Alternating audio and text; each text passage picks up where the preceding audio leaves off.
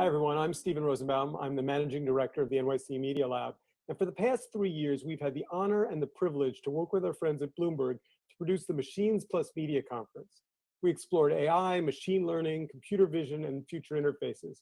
Now, some of you attended last year, and we are certainly glad you did.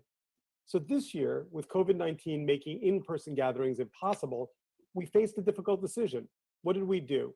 And after some conversations, we decided to move forward with a similarly ambitious slate of conversations, but in a virtual environment. So today we launch Machines Plus Media 2020, a series of 5 hour-long conversations that we hope will be both provocative and insightful. One comment on the theme that you'll see in the conversations in the weeks to come. Technology's relationship to content is changing. The powerfully disturbing pictures of George Floyd's treatment in the hands of law enforcement galvanized a movement that isn't going to fade away. Cell phone video is impossible to forget. Social media provides a platform to amplify and inform. But at the same time, there's also terrible growth of hate speech and purposeful misinformation. The machines are now part of our media landscape. So understanding them and finding solutions to make them a force for good is at the core of everything we're exploring on Machines Plus Media in the weeks to come. So with that, let me welcome our friend and partner, Chris Collins, Bloomberg's Senior Executive Editor, who will moderate episode 1, AI, Emerging Trends in Media Technology. Chris, welcome to Machines Plus Media and our new virtual Bloomberg Amphitheater. Take it away. Thank you, Stephen. We're delighted to be back and hosting this event with New York City Media Lab. Since our last Machines Plus Media, it's been an extraordinary, challenging period for the world and for journalism. So much has changed, is changing, and so dramatically in such a short period of time, from how we interact as human beings to how we report as journalists. So as Stephen said, we're really pleased to introduce this conversation about our editorial process and how relevant technology and innovation are in media, even in these really difficult circumstances. In fact, it might be especially important with just the volume of news that we're seeing, if you think about the logistical challenges, the demands on storytelling, the increase in misinformation, and so on. So maybe all of this accelerates some of the trends that we've been seeing around technology and media for these years behind us. So we're going to get stuck into all of this. Thank you for everyone for taking the time to join us. And thanks to our guests today. And let me just introduce everyone. So joining me to discuss the themes are Vivian Schiller, Noelle Silver, and Charlie Beckett. Vivian Schiller recently joined the Aspen Institute in a new position heading up programs across media, technology, and cybersecurity. Prior to joining Aspen, she served as the founding head of the Civil Foundation, and is also a strategic advisor to Craig Newmark Philanthropies. Noelle Silver is the former VP of Technology at NPR, who recently left to join HackerU, an organization which partners with universities to create accessible curricula for future tech industry professionals. She's the founder of the AI Leadership Institute, an organization which empowers organizations to think more deeply about AI, and Women in AI, a platform to showcase the work of female coders. Charlie Beckett is the founding director of Polis, the think tank for research and debate around international journalism and society in the Department of Media and Communications at the London School of Economics, and currently leads the Polis Journalism AI project. He's the author of 2 books and has worked at ITN, Channel 4, and BBC. So we have a huge amount to get through. So let's dive right in. And I think, just as a first question, I think it's useful just to set the stage a little bit and step back from some of the themes that we're seeing around technology and media. But really, I want to start by asking, just how big a moment do you think that we're in for technology and media? We've been discussing innovation for a long time in newsrooms. Obviously, we've been experimenting with AI, data science in storytelling. But the pandemic has really changed how people work. And I think it's useful to kind of think about, is the reality matching the hype. Noelle, do you want to kick us off with this one? Yes, I would love to. So as kind of my role has always been very much on the technology side of things. And so my lens is a little bit different than a pure journalistic side. But I do think that right now I've seen opportunity across news organizations, just as you said, right? We're dabbling in these areas of where to use artificial intelligence. And my challenge has always been like the technology is there. We have opportunity to automate the way newsrooms work. We have the ability to have conversations with people who work in the newsroom and fix things that are broken with their processes with artificial intelligence, or even very simply software engineering. And one thing I have uncovered is that those conversations aren't happening really at the rate that I would have expected. I think that there's a lot more that we can do to bring together the opportunity of something like artificial intelligence with the capability and really the craftsmanship of journalism. I'll give you a very quick example of something that I'm very passionate about, which is just leveraging AI to uncover data. Right now, I know very specific people sitting at news desks that with their eyes review mountains of paper, Excel spreadsheets, PowerPoints, like combing it manually to find meaningful information that they can carve or create into a story. And I just, I'm always like, well, wait, how many hours did you spend doing that? Like, there's an AI for that, right? How can I increase the awareness of people in the newsroom that there is technology that can help elevate or maybe reduce the amount of minutia that happens in their daily life, so they can focus on story creation and source diversity and making sure that they're getting the right information from the right places, but they're not necessarily spending half their day or maybe even more combing through documents and doing some of the things that software and computers is actually kind of good at. I think especially true when you think about a story such as the pandemic, where there has been a lot of data, and it has in many ways been a big moment for newsrooms having to kind of work their way through a lot of this data and come up with stories based on data. Charlie, I want to bring you in on this. How would you define this in terms of the size of the moment for technology and media? Yeah, well, it's definitely a moment, Chris, isn't it? I mean, everyone can feel that. But of course, moments always exist on a kind of continuum.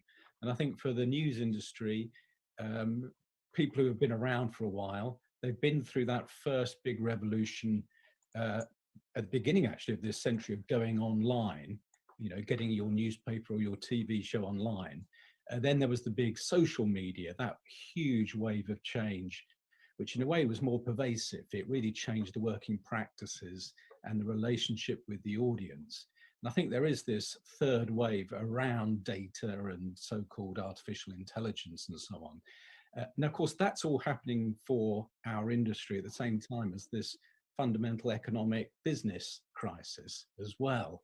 And then on top of that, the things you're dealing with, the news, the content and the audience is all changing as well. And in that, the news industry is not alone. Talk to anybody in pharmaceuticals, security, retail, government, or the arts even, and they can understand that this sort of the growing power of the platforms, the way that we're in this data-driven, algorithmically powered world is having a real impact. And I think the sort of recent political events in places like the States, and of course with COVID more globally, I think has made us really feel that this matters. It's not just about a technological update.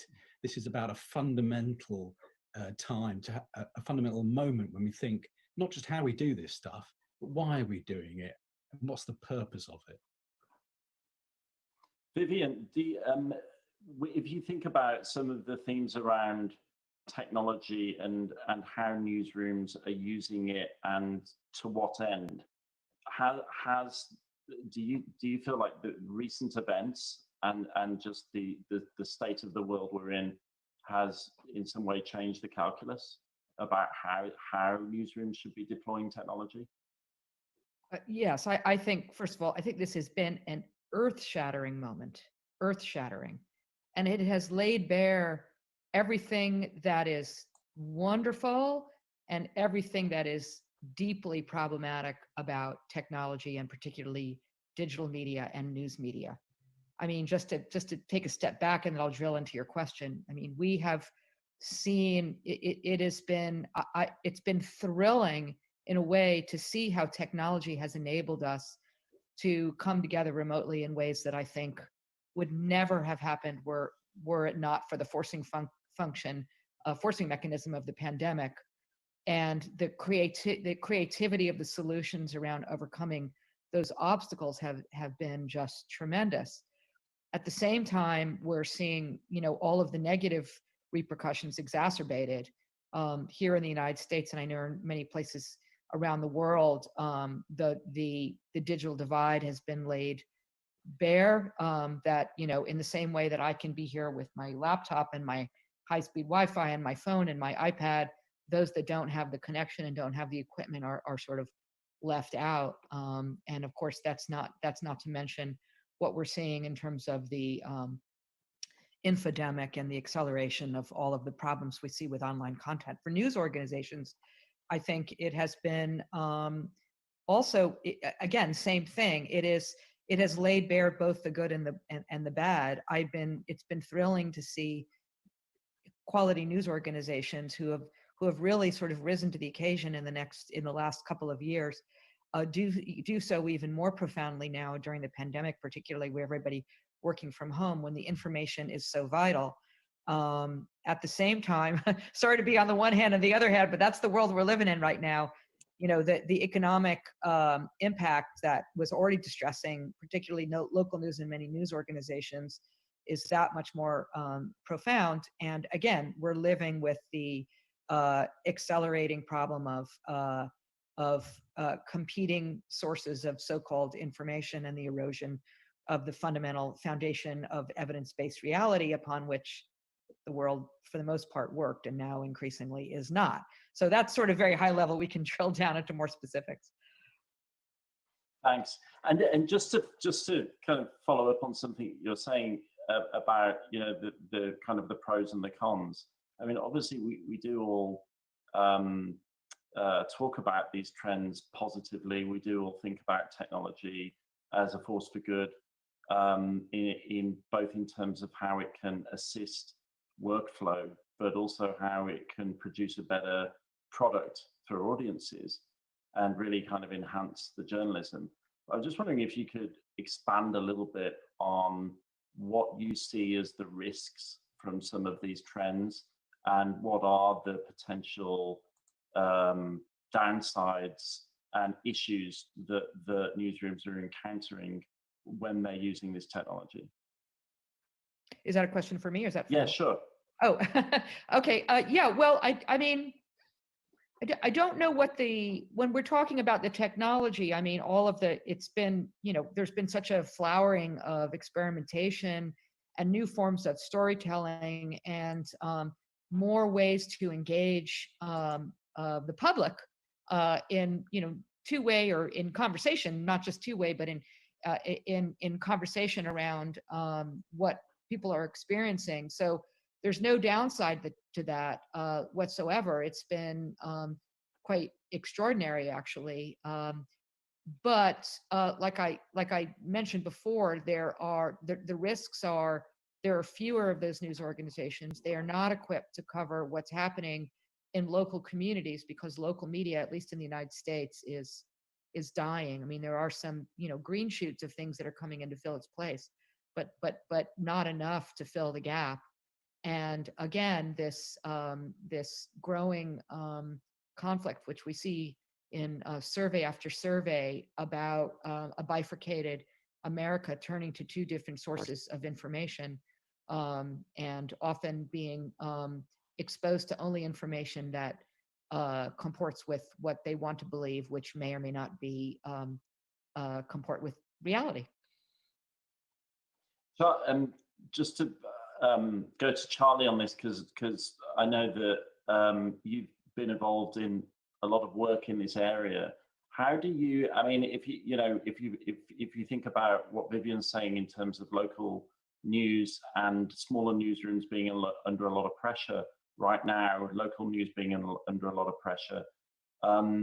What's the, what do you think about the ways in which they should approach some of these technological trends? Yeah, well, I mean, we did this big survey, which we published as a big report, looking at newsrooms and how they use this technology around the world. And of course, there was a lot of positive talk about innovation. But when you talk about the negative side, one of the biggest things came across was this inequality. That obviously you have some big newsrooms, Bloomberg is a good example, where they have the resources to actually use this technology and to use it in accordance with your own, values and policies and so on. But the danger that we got was that not just local newsrooms, but perhaps smaller newsrooms in countries where the tech isn't so advanced, they fear, there's a real fear of falling behind. But even in the more kind of, if you like, mature, wealthy countries or newsrooms, there was also a big fear that there's a huge inequality between the news industry and the rest of the world. The news media is relatively small. When you're talking about global tech and global R&D and investment, the news industry is pretty small. The tech companies don't pay it that much attention. And so there's a real sense from these people who want to make the most of these technologies that they can fall behind. And if there is a role, and I think there is, for this technology to help with the things that Vivian's talked about, this desperate need we have to get across misinformation, the desperate need we have to try and connect better to the wide spread of communities out there. Well, the tech can help with that, and it can help your local newsroom as much as it can help, a global media organization. But facilitating that's the real challenge over the next few years. Noelle, could you just to build on this idea of misinformation, which obviously continues to be a big topic and a big threat. I just wonder whether we could talk a little bit specifically about what some of the innovations we're seeing that are out there to fight this kind of wave of misinformation, a wave that presumably will continue throughout this year, as we approach an election in the US.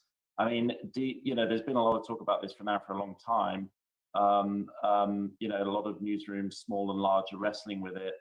Do you think are we in a better place to fight this trend, whether using technology or not? Are we starting to get our arms around this, or what more do we need to do? Yeah, I think it's important for everyone to understand kind of some of the fundamental ways that technology is being used to create misinformation. It's very similar to cybersecurity, right? You have both teams. You have the red and the blue. You have the offensive and the defensive. And so I think it's important that we understand I'm a huge proponent of AI for all and AI for everyone. And as I began to start utilizing technologies such as custom speech, which is the ability beautifully to be able to create custom voice experiences and be able to create a voice from nothing. I recently had created a bot, and I was able to recreate the voice of J. Edgar Hoover in order to help solve the JFK mysteries. And it was awesome. I was like, this is so amazing. And then, of course, my non-technical friends were like, that is terrifying. You just did that. And so I think it's important. I did it in good fun and in order to create a more engaging experience. And there's millions of developers that have that intention. But that's an open API and anyone can use it. And I did very little to create J. Edgar Hoover's voice. What happens with a team that is dedicated to making it sound just like an elected official, or just like a previous elected official, or someone in the military, or even just an average person who we would trust potentially more than our elected officials? But they can, now we have technology in the form of an API that can replicate people's sounds and voices. So kind of along the lines of risk, that's a huge risk that exists. So we have to kind of know that that technology exists. So everything you hear needs to go through this lens of is that real? But then the same thing with computer vision. We have the ability now, there's this really cool, what is it called? Like a plugin that you can plug into your browser, and it'll tell you what on your browser page has been augmented. And, you know, spoiler alert, everything's augmented. Right? Like no matter what it is, it could be the slightest like blemish cleaning. Like it's a huge filter, but it's an awareness that I think the world, right, should be aware of. Everything you see has been augmented these days. And so on the good side, we get to create experiences that are pleasant, and you don't have to focus on the blemish on my face because we can remove it. But at the same time, those same technologies can be used, of course, in harmful ways, and are being used in harmful ways, to be completely transparent. So we need the same evolution of ethical hacking and white hatters and all these people that their job became to be one step ahead of those who would do harm through misinformation. We have that same evolution of engineering people that need to do the same thing in AI. And I think we're starting to see that. I mean, even just 5 years ago, there weren't nearly the conversations I'm having today on ethics and responsible use of technology and responsible even building of technology. Companies like Microsoft are thinking, you know, I used to say AI for all, and now they're like, well, maybe not for all. Maybe not for you in the garage who won't tell us their real name, right? Now, companies that build this technology are being more selective about who gets to use it. And I think like we're on this like crest, you know, this like this tip of the iceberg, I guess, like trying to figure out where is this going to go from here? Because am I gonna now as a company choose who gets to use technology? I don't know. It's an interesting space, but I do think it's important to know both sides, right? It's amazing tech that's used to build incredible, awesome, wonderful experiences. But on the other side, from a journalist perspective, what tools can we give journalists as they get all of these sources? How do we make sure that we're proliferating and propagating information that is true? And that's how I usually instantly fall into things like blockchain, and how do we stamp things, and how do we create, you know, the wonderful check mark that tells us something's authentic. None of these things exist. I think you had mentioned that in your first question. Like, how do we manage this? I think is an interesting question. As we evolve, what entities need to be created that provide some form of governance around how these checks or validation processes are created? I haven't seen it yet. Holding software engineering companies accountable, I haven't seen a meaningful, you know, something with teeth in it that has worked to really stop a train on a model that's broken. Or inefficient or unfair. Can I jump in, Chris? Sure. Please. Yeah. Sorry. First of all, I want to say thank goodness for the image enhancing AI augmented reality to as I get older and older and my picture is being zoomed in high def. So yay to that. That's right. That said, I think Noelle's raising a really important set of issues around the ability to use AI to manipulate images and sound. It's exciting because, again, it can make us look better, and it's also wonderful tools for creativity and even for journalists to use to be able to explain certain concepts in a very captivating way.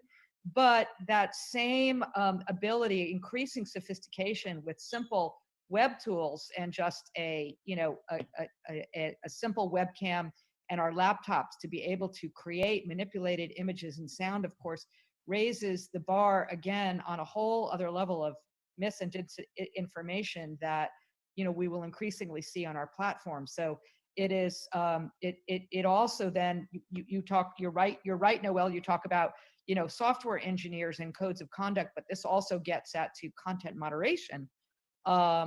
In terms of making sure that people are not tricked by false images, pictures, sounds, and for journalists to be educated in the same to detect provenance, which, you know, Noelle again was referring to, and there's blockchain and other ways to get at that. But such an important issue, and it is not fully with us, but it's coming on strong. Agreed. And Charlie, what do you have thoughts on this with respect to the content moderation piece? What more could be done on this front? Well, I think there's a lot that can be done to, you know, counter misinformation, as other people have said. I would put it another way, though. of course we need to have better accountability around tech. And I think one of the reasons why I want journalists to get more involved with this technology is partly so they can report better upon it, so they can understand it and critique it better. But I think there's also, I would stress the idea of trying to build more credibility with this technology for the journalism itself. We shouldn't assume that journalism is beautiful and trusted and wonderful if only people knew it was there. I think there's a real effort to be made to reconnect with people, and that's partly about getting their attention. It's partly about giving them information in ways they find is relevant and useful. It's also around ideas like diversity. We're currently doing a whole series of experiments with newsrooms around the world, trying to address challenges. And I was fascinated because they suggested things I expected, like how to improve subscriptions, how to improve, I don't know, related content. But one of the big ones was how can we make our journalism more diverse? Well, one obvious way is to hire better, things like that. But in terms of the actual content, I think there's a lot more that we can do to use this technology to understand different communities, to connect differently to different communities, and also to check the inherent, biases and sometimes ignorance within journalism itself. I'll give you one tiny example. A couple of news organizations have got a really good bot that just monitors the gender of imagery that they are using in their content, with the implication that they want to represent women more, and they want to show that they're giving voice to women and quoting female experts. It's a tiny little thing, but I find that intriguing. If you're going to counter misinformation, you've got to come up with better information in the first place. And I mean, the other side, I guess, as we're talking about bias, I mean, the other, I guess, issue that comes up a lot when we're talking about AI and bias is kind of on the other side of the coin, this kind of conversation about bias in algorithms. There was I think Bloomberg had an interview with Cathy O'Neill just this week, where she was saying, that pretty much every algorithm in existence has these problems of bias, inherent problems of bias. What more, can we do about that? What more can we say about these issues with technology in the context of equality? Charlie, do you want to carry on with that topic? I think, I'm not a technologist, I don't code, but the most striking thing, having worked with, newsrooms looking at this, is clearly any system, even an analog system, is only as good as the people that design it. And it's clear with the algorithms that for all sorts of reasons, they reflect cultural biases. And one of the dangers, absolutely, is if people are going to buy technology off the peg, as it were, that they're going to endlessly replicate these problems. And there are biases within data sets as well. And I think it's certainly a job for, regulators and indeed university researchers to look at this. But it's also, I think, journalists should be much better at this. We're supposed to be good at being critical thinkers about the information we get. We're supposed to be good at designing systems that challenge prejudice and false notions. So I hope that newsrooms can actually take a lead on this. Noelle Silver, what do you think about this? Yes, biases. I've been in tech, 20 plus years now, and have always been. The industry has been predominantly homogeneous in nature. I have stuck out as an anomaly in every team I've ever been on. It's gotten a little bit less, but not double digits less, like single digits less. And so I definitely very much understand why we have the problems we have, because in the rooms that I'm in, I'm a single voice of like, should we really do it that way? And they're like, oh, posh, Noelle, like, stop your worrying, it's fine. And I honestly am like, okay, well, I said my piece, and we move on.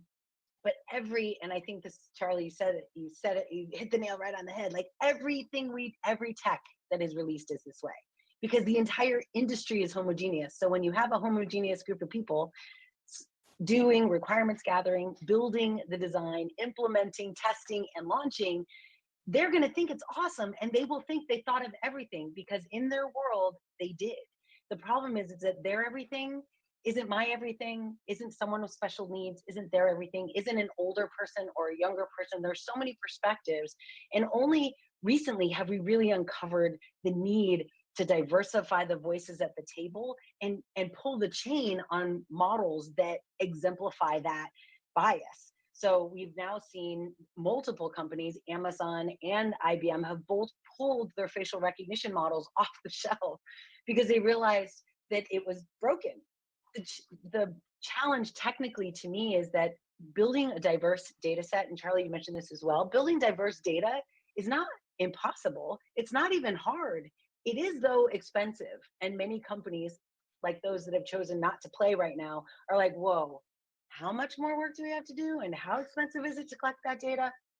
However, those are the types of things I'm looking for, like the journalistic community to, like, that's where we dive in. And we're like, yes, that's exactly where we spend our money. And how do we get the world to know that that's a choice we're making? We're choosing not to be diverse. Why?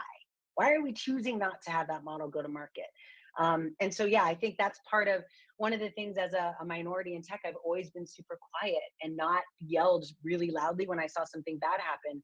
One of the things about the current climate that we're in is like journalism's, we have an opportunity to give voice to a lot of problems that have been stated before. They've just been super quiet. Like you couldn't really hear them. Something was wrong, but we didn't know exactly what. So I'm hoping that with this new lens that we have from a journalistic perspective, that we will start to call out these things. I mean, I think that's why Amazon and IBM had to make a choice, because there were journalists that were saying, this is what your model's doing to people. What do you say to that? And their answer was, we won't play that game anymore.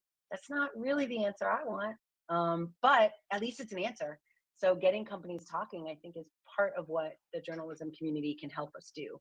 And creating transparency, I think, is critical to our growth and velocity over the next 10 years. Vivian, do you want to jump in on this one? Yeah, you know, I'm listening to Noelle, and it's interesting because, well, first of all, she's completely right. But when she talks about the issue, talks about that the answer is about who's in the room, right? If you have a bunch of white guys who are building the models, it's just not, they can't possibly think of everything because they're only thinking about everything in their world experience. That description so completely applies also to newsrooms. Forget about, put aside for a moment creating algorithms. We're just talking about this, the issue about what are we reporting on it? What is the lens through which we're reporting on this story? Whose stories are we are being told?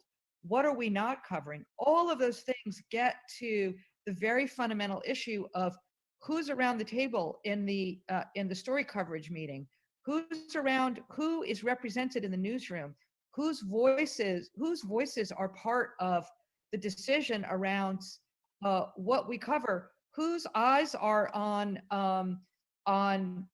say are part of decision making in terms of what not to cover. You know, whether it's a op-ed in the New York Times, for just to pick that one at random, or many other stories. Who's looking at these things? And diversity is fundamental to getting that right. So it's both, again, for newsrooms as just as it is for building models. Right, and Charlie, sorry, you were going to say something? I was just going to add to that. You know, agree, of course. I would just say that diversity, in the broadest sense, of, you know, reflecting difference, it's also a business question. It's almost like a revenue question. Of course, fundamentally, it's a social justice issue, and it's about values. But it's also about an industry that has been struggling for attention. It's been struggling to keep up with the way that society is changing. And if it loses that attention, then it loses its business. So I think the more diverse journalism can be, And the more, that is fundamentally, as Vivian says, about who's around the table, and it's about your hiring and so on. But there's so many opportunities around, indeed, using these new technologies to understand new platforms and networks that different people are using differently. We are missing so many stories. We're missing so much of an audience. We're missing so much of a sense of what's going on around the world because journalism is not diverse enough. So I think, in a sense, it's a kind of bottom line issue as well as a moral issue. Right. Just to change direction a little bit, one thing that has also been, I think, a common thread throughout this discussion of media and technology, and I think it's something that we've all encountered, is the fear factor within newsrooms, and the anxiety, if you like, that sometimes is felt around, technology invading newsrooms, kind of taking over the journalism. I was just interested, do you feel that this trend has shifted in recent months, years? We talked a little bit about coronavirus and the whole coverage of this year being very much data driven, something where we've seen some impressive technology driven coverage. Do you think that the circumstances have changed, the anxiety is kind of going away, or do you think there's still a lot more work to do to kind of convince journalists that technology is an ally? Noelle, do you want to start? I was like, I'll start. It's probably a little bit of both. I definitely see, like, the pandemic created an opportunity for data to show itself as a helper. And I feel like it did that. I know I personally, as well as my dad, who's in his like mid 70s, like, he leveraged the technical view of the story every day. He'd go to this, like, a journalist site, and then he'd look for the graphic. Like, he wasn't so much reading the words, he was just looking for the graphic. And I think a lot of us, it was the first time in a long time that I felt like the tech was really helping tell the story in a meaningful way, where it was kind of demystifying or softening the edge of, like, technology is going to steal your job or make journalism, like a robot can write these stories. But on the other edge of that, I've seen this in many, many different combinations of industries, where we combine AI with art curators, at the Metropolitan Museum of Art, or AI with musicians and producers at Abbey Road, where initially and for a long time there's like this, it's almost like being at a dance, and there's like this awkward, like, boys on one side, girls on the other. There's not an easy way for them to come together. And I feel like this story around the pandemic and this data was an opportunity for us to see that come together. But that by no means, at least in the conversations I'm having with my friends in the newsroom, no means alleviates the concern, the inherent concern that they're in trouble. And I think this goes back to what was said earlier, which is there's like a fundamental shift, and there's still a resistance to that fundamental shift of the business. And I just see that as somebody who's leading digital media, that there was just always resistance. Like, I'd be like, hey, let's talk about this thing. And they're like, yeah, you know what? Let's find time next week. And literally those meetings never happened. So it's just like this inherent resistance. And I think that's going to be, it's one of those things that just takes a lot of time, a lot of trust, a lot of stories like COVID, where we present data as a augmentation of someone's role, of the ability to help someone with technology tell a better story. We don't have that many examples, sadly. I don't think, at least I don't see them as much as I have over the last 2 months. So I think we've started it, but how can we create better examples of how data, how technology can be used to augment someone's job and make them better at it, which will build that trust. But I think we're just beginning that journey, honestly, from my very specific perspective. But I mean, it's perhaps ironically, just the volume of coverage that newsrooms are dealing with, and the amount of stories that they have to cover on a day-to-day basis. In some ways, even though technology should be helping, support that. In some ways, I guess it works as an impediment because you have to kind of be able to set aside the time to have a tech strategy and really think about how you want to approach it. Yeah, and data scientists are not a dime a dozen. And so the fact that you're ingesting all this data as a new organization, you've got all this information coming in. This is kind of what I alluded to earlier. Even though you have all this data, if you're manually going through it, you're not going to feel like it's helping you. As a matter of fact, you're going to feel like it's hurting your ability to deliver on a story in a timely amount of time. And so that's where a lot of the trust has to be built, and integrating these teams. Right now, it seems like technology in newsrooms is like a raisin in a bun. We like stick it on there, as opposed to like water in a wave where it's like integrated. And so that's my approach now, is like, how do I get it to be more of like a natural part of the conversation, as opposed to like, oh, go call X, or now it's time to shoot this over to this team. And like I said, I think that's much more fundamental to the way the business is run than it is a dynamic that we can change just because we have a good story like the pandemic. Vivian, what do you think about this? Do you think it's becoming more of a water in a wave? Yeah, I think maybe it's because I've been around for a long time, and I remember how things were back in the olden days. And when I say the olden days, I'm talking about 2005, 2006. I was at the New York Times. I was running nytimes.com. We were in a completely separate building from the main New York Times newsroom. We were 6 blocks away. We were an afterthought, and we have come so far. I mean, the New York Times, and so many. I mean, the New York Times is and is probably an exception to many rules. But I look at the New York Times, the Washington Post, Bloomberg, some of the big cable companies, the Wall Street Journal, the Guardian, so many news organizations who have come so far, and where it is not an afterthought. It is not the raisin stuck in the bun. I love that. It is absolutely integrated, and the whole notion of digital first, I think, in many ways has absolutely taken root. So I'm quite optimistic. I realize that is not true everywhere, but I don't see fear of technology in the way that I used to, or it wasn't even fear so much as kind of aversion, like, don't bother me with that. What I see now is envy from news organizations that don't have enough technology or enough access to data scientists, et cetera, who want it. But I think we're past the time where people are like, what's wrong with the written word? What do we need all this stuff for? I think that's done. Thank God. Charlie, what do you think? Yeah, I mean, I agree so much with what's just been said, but I mean, I'm speaking here on behalf of the people we surveyed and the people in our network who, generally speaking, are technological advocates. And what they say, I think something has changed. Vivian's quite right. The old sort of dinosaur mentality is definitely gone.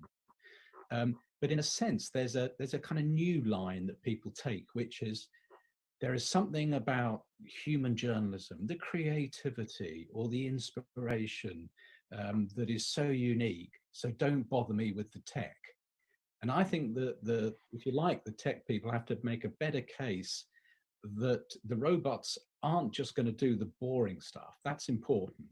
But they're doing that for the purpose of actually, the word was used was to augment, to support and enhance your journalism as well. Great example, obviously, in COVID with the data journalism. And if you talk to investigative journalists, they'll talk about how the tech helps them to do things they could not do alone. But I think what's really interesting is how it can help any journalist in the news field. But what that requires is for them to get across the tech. And in that sense, there is a legitimate concern, which is, oh my God, you're coming along with these fancy new ideas. They sound great, but does this mean I have to go on a training course? Does this reskill myself? Does it mean I have to work out what these acronyms mean? Well, in some ways, yes, you don't have to learn how to code or work out how to train data, but you certainly have to understand the potential of this tech and also the potential downside of it, so that you can bring your vast experience, your contacts, your streetwise credibility, and perhaps your creativity to work with the tech. And I think that's on both sides. The digital team have to get better at not being a digital team, being an editorial part of the editorial fabric. You do see some great examples of that. I whisper it quietly, but I suspect it's a kind of top management problem. That they don't want to be across this stuff. They're very, very busy. So the culture doesn't go down. You still have a sense that the most important thing is what's going to be the top story on the front page, rather than thinking about what clever ways can we use this to augment and enhance our journalism, and most importantly, make it connected to real people out there that we want to consume it. I think exactly right, and it feels like the benefits come when the people that are involved with some of these technologies and the people that are really leading them are playing an integrated part within the newsroom and working kind of side by side with the journalists. I think when it tends to go the wrong way is when, as you just said, if there's a corner of the newsroom which is very much exclusively people who are doing the tech and the AI stuff, then you tend not to get the outcomes that you want, and it's much better if everyone is kind of pulling in the same direction on these and you end up with a more kind of integrated tech journalism push. But I'm just wondering, what do if we're kind of optimistic about the kind of this, the psychological hurdle, the anxiety, which I think we've spoken about before. I mean, is there something more specific that we should be doing by way of education, by way of kind of equipping journalists with the types of skills that they need? I mean, some of these are very complicated areas.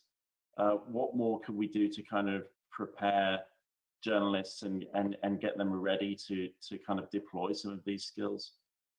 Noelle, do you want to pick up that one? I mean, I have a very tactical example or wish, and I actually was thinking about this quite a bit over the last year, which is something that would probably have happened at this event in real life if we were all meeting together. But the concept of really literally putting data scientists, data engineers, software engineers in the same room as the newsroom, and in an environment where it's not like in your own company, right? Where you get to see. One of the best experiences I had was at the News Lab in New York earlier this year, where I had hyper local people in the same room talking to big newsrooms, little newsrooms. People were like solo journalists. Like, it was such a rich group of different experiences. And then the technologists were in there too. And we had to come together to solve a problem or fix something. And so I'm a big fan of this. I mean, you can call it a hackathon, but it's this combination. And then you do a thing, you build a thing, you solve a problem together. And it doesn't even matter what it is. It's just creating the proof in someone's mind. The combination of these skills yields better things.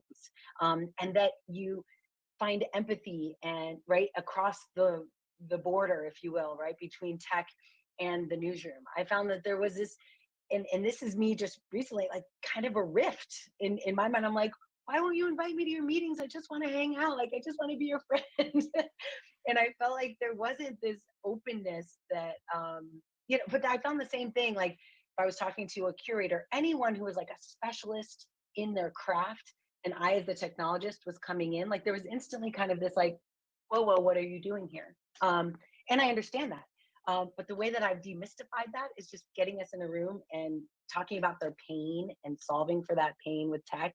And they're like, I mean, it was almost familial when we ended. We like hugged each other goodbye, like, so that's my hope, is that we'd all do a hackathon and end hugging as a tactical attempt, I think I completely agree. I think if I think about how we've approached it at Bloomberg, where we're fortunate to have resources that are involved in technology. I think it's been, and I could, you can look back into history and find a time where, the journalists within the newsroom were quite separate from the people that were involved in the technology, and as a result of that, there was probably a level of kind of suspicion that was unhelpful.